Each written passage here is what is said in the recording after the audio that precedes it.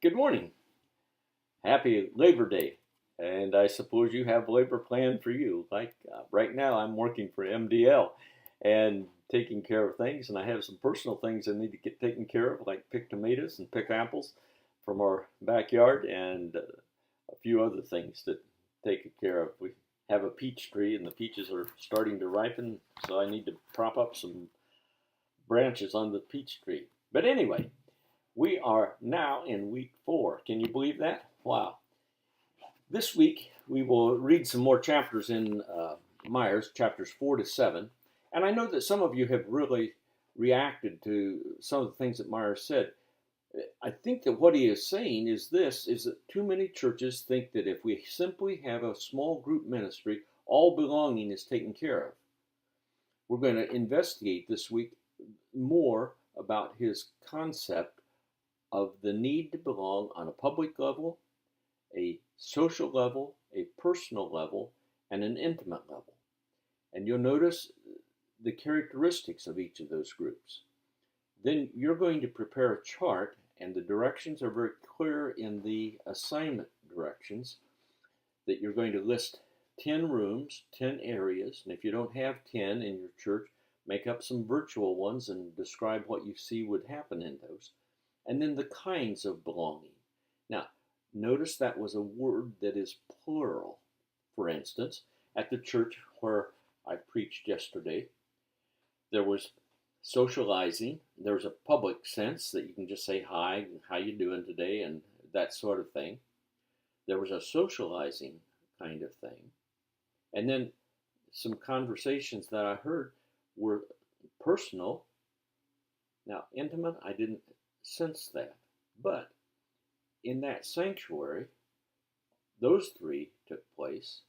And potentially, if I were a regular pastor there, maybe following the service, someone would come to me and ask for some counsel or prayer. So all 4 kinds could take place in that sanctuary. Likewise, various other situations. You may have a room where it's a Sunday school class and the children socialize and they have some public sense of belonging and they make a connection with the teacher. Oh, so there's multiple levels in many different kinds of rooms. So that as you work on your chart, be sure that you think that through in the various aspects. So in a sense, our workload for this week is a little light. So I want to urge you, the workload for next week is over the top. You need to listen to a live church service and participate in it, and then you'll write a blog about your experience and talk about what you gained by being able to do that and what you missed. And we'll have a discussion board that supports that aspect.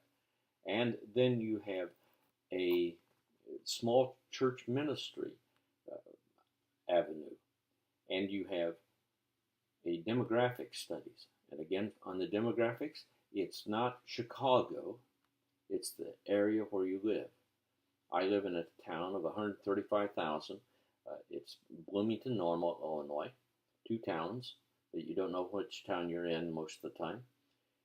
I wouldn't do it on the whole area. I would do it on my zip code or something that get it into a smaller area that we could say would be the constituent community of where the church is located.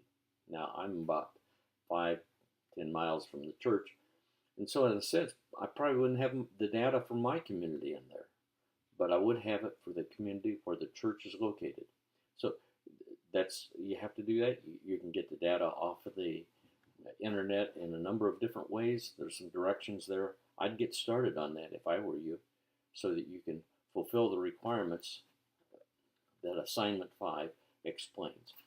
So we have a great week ahead of us, and I hope that you will plan wisely and work ahead. And of course, remember, this is week 4. Then week 5, you have what I just covered. Then week 6 is when you interview your pastor, and week 7 is when you interview 4 to 7 diverse people in your own congregation in one setting at one time, and the directions about that are there in the uh, blackboard, week 7, and it's clearly spelled out. And I urge you to plan ahead. God bless you.